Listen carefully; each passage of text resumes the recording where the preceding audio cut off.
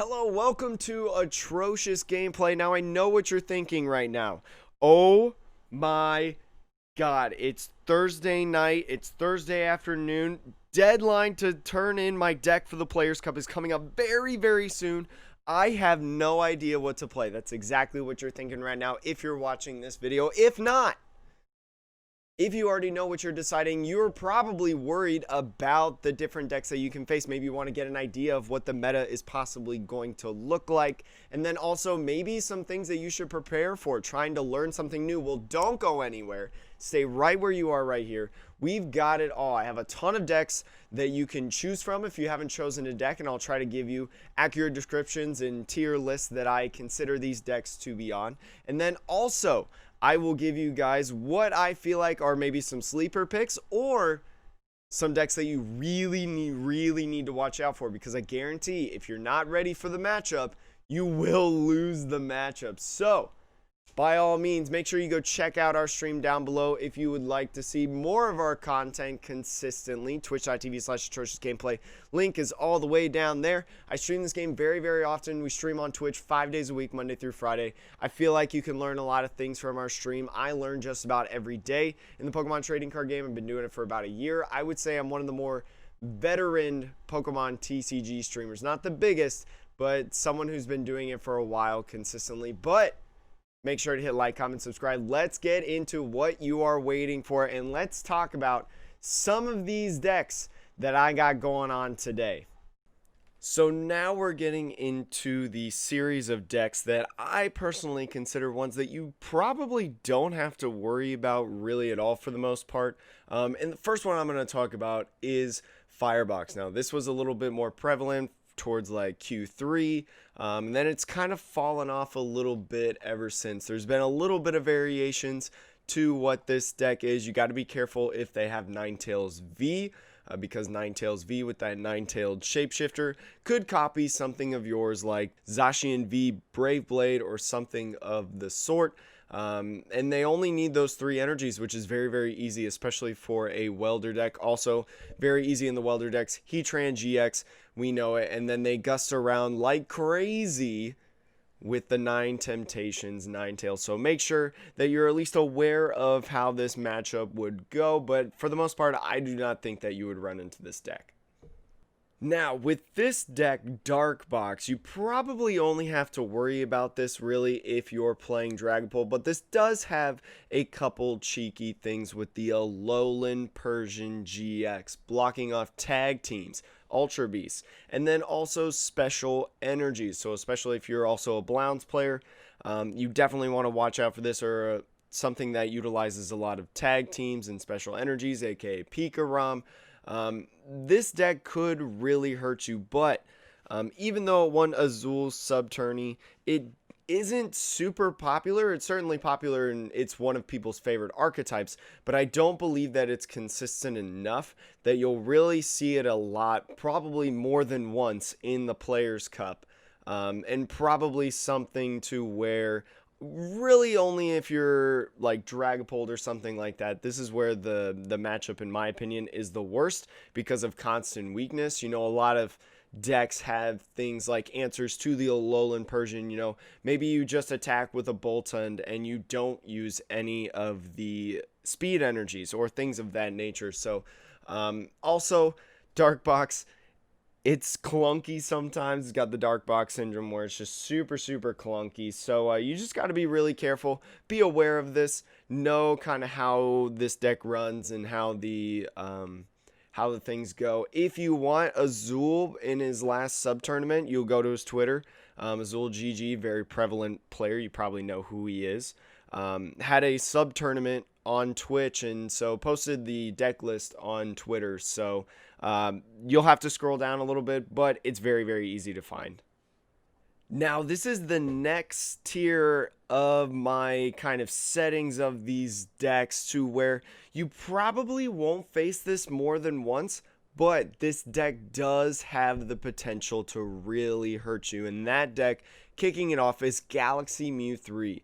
Kicked off by Henry Brand, the world champion, one of the best Mewtwo players we have right now in the world, and recently also saw some success at some major online tournaments in the Neopaya Open, Jake Santiago. So this deck is very interesting. It can work. It's a little tough though. The average player will not play this deck and do very well, just because with Mewtwo decks, there are so many options, there are so many different routes and scenarios that it's very, very tough to be able to analyze all those things. But if you're on the other side, maybe you're facing that Mewtwo deck, it's good to familiarize with yourself with the deck, what it does, what special techs it could have in it, and possible options that they could try to surprise you with. For instance, the Gengar Mimikyu in Jake Santiago's list, that's a very excellent tech, because I feel like we're in a very heavy trainer format. So Poltergeist could really, really hurt you, especially if you're a VMAX and you have so many different trainer cards that you depend on in your hand at one time. Now this next one, Obstagoon. Obstagoon's going to be a little bit more popular than Mew 3, but I feel like Obstagoon is another one of those decks that the average player cannot really excel in. Takes a little bit of comboing. It's a very, very good deck though, because you look at what the kind of entire format is. It's a bunch of basics, plus Dragapult is the VMAX, but you have ways around that.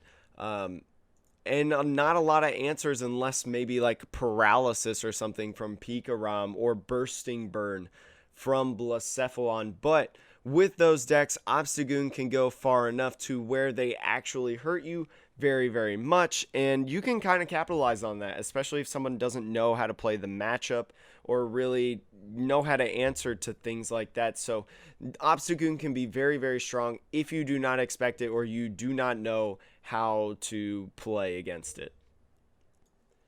Now this is moving into the second highest kind of tier on my list, in the fact that you will definitely lose if you don't know how to play this matchup, and these are more common decks that I feel like that you could possibly hit twice during the Players Cup. And the first one is one of my favorite personal types of decks, Control.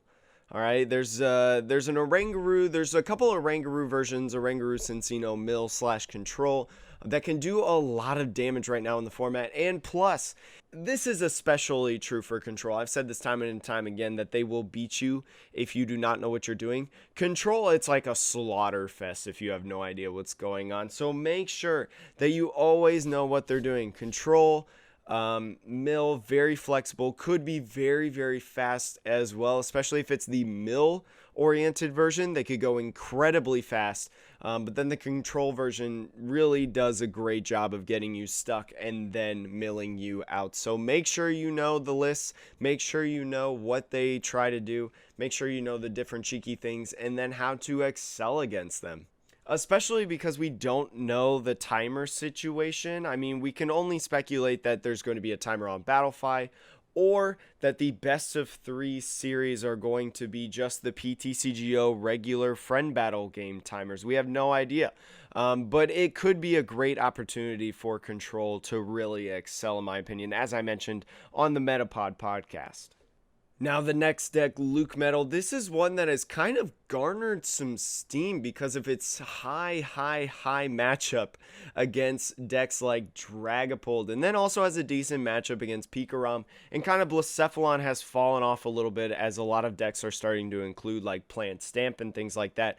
This is one of the decks that also, by the way, includes Plant Stamp in that Blounce matchup, but LUCMETAL does a very, very good job of kind of manipulating damage output by you.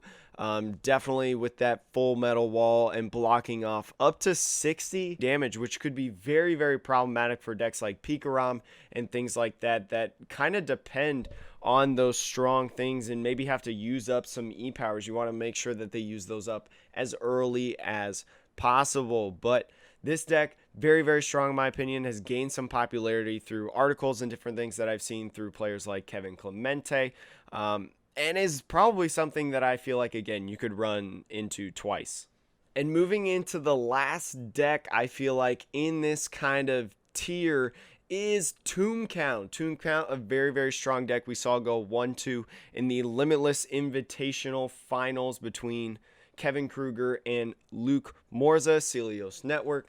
And it's just a very, very fun deck. It's a very combo-y deck. It's been around for a while. Spiritomb decks have kind of been running in the last couple Limitless qualifiers and stuff. And a lot of the format, people love this deck. People find it a very, very fun in this format. And so I think you can see a lot of people playing this. I feel like it's been around long enough that several players have gotten very familiar with this deck because this deck is very, very tough.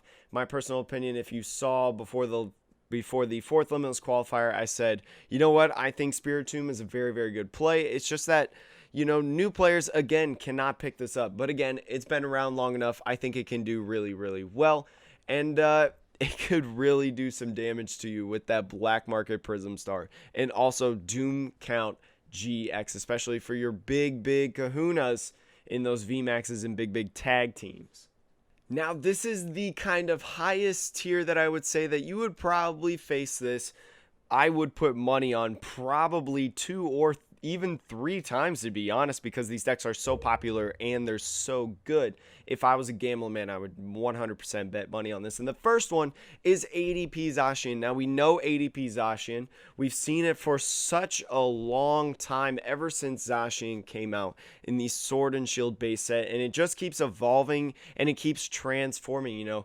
Kind of started out a little bit with big charms, has now moved to things like metal goggles or metal frying pans. With those energy switch, they can get the turn 1 altered creation, which is very, very strong in my opinion in some matchups. And you definitely want to look out for this deck, because even though maybe Ultimate Ray only has an output of 180, it's still a deck that can really hurt you. I win a majority of these games with this deck, and I am very, very confident myself, and I am not one of the best players in the world. I am not those Azul GGs. I'm not those Danny Altavillas. I'm not those Michael Pramwats. So if I can excel with this deck, most of people that play this and have a, half a brain could probably do that as well.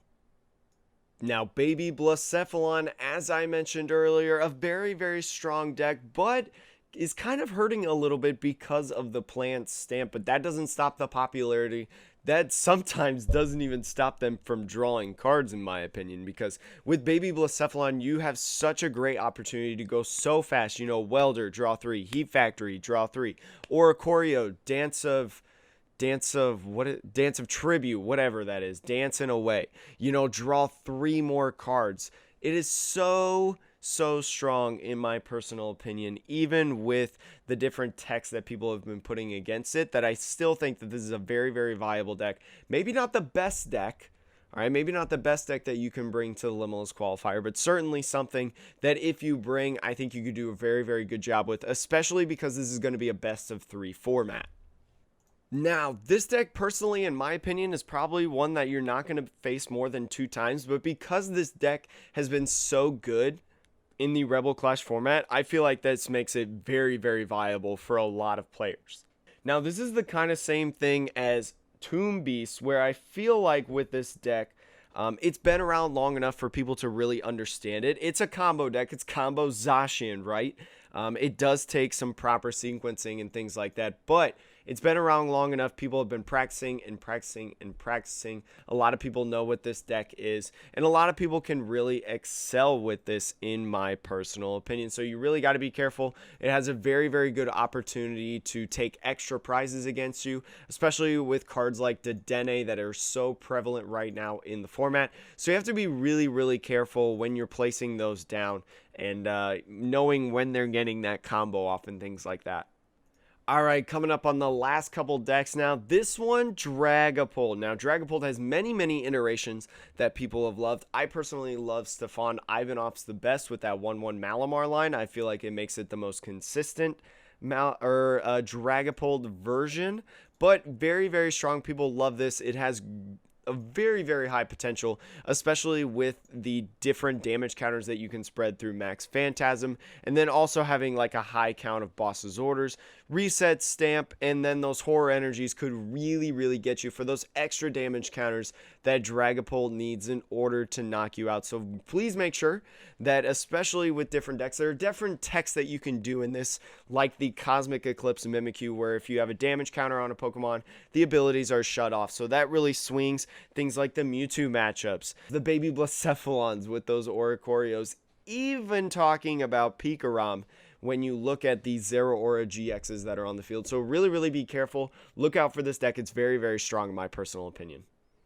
And now the final deck in here, you probably could have guessed it because you were like, man, he hasn't actually mentioned this deck yet, and it's one of the best in the format, and that is all reliable Pikarom. Now, I said before quarter 3, the first Rebel Clash big tournament, I was like, Pikarom, one of the most consistent decks in the format. The Tag Call engine is very, very good in this deck. It gets full blitz very, very often on turn 1 or turn 2 when it needs it, depending on if you're going first or second. Things like Energy Switch are very, very strong in this, much like ADP ZACIAN, and it's just overall a very, very consistent deck, especially when you talk about the best of 3 format.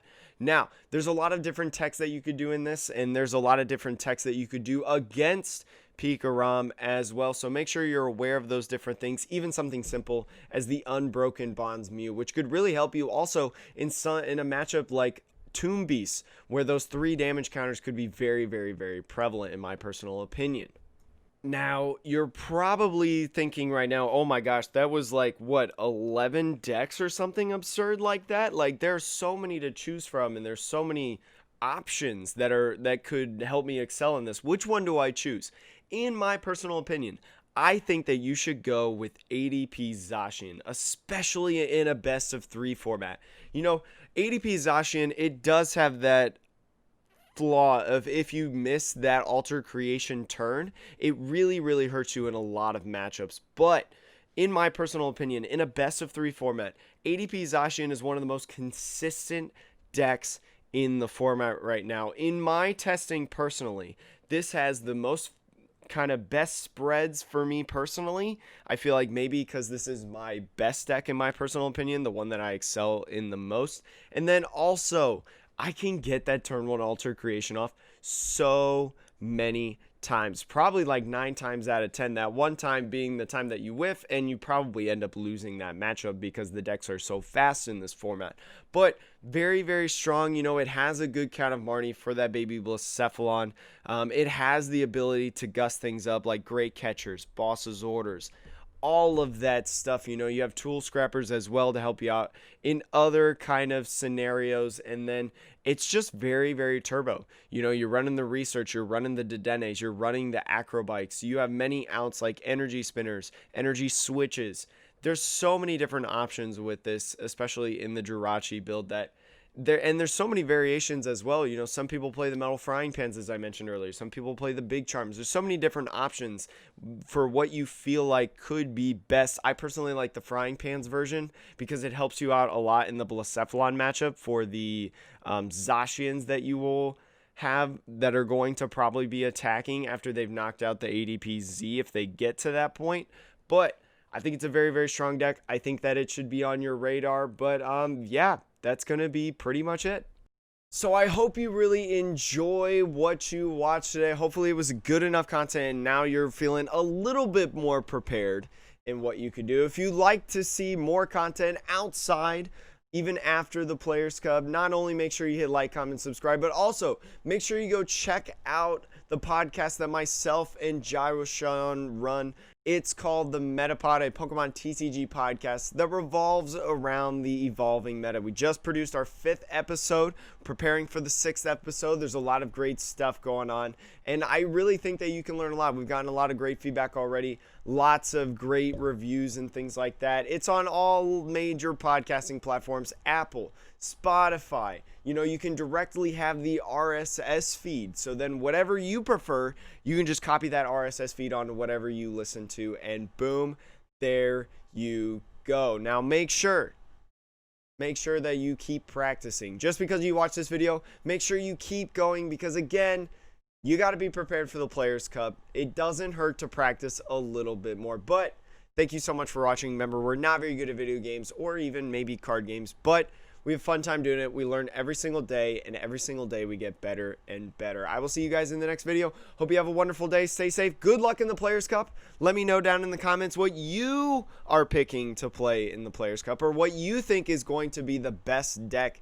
in the tournament. And then also, if you want to join our Discord and whatnot, you let us know. Like, how did you do in the Players' Cup? Did you like the video? Things like that. So, I'll see you guys later.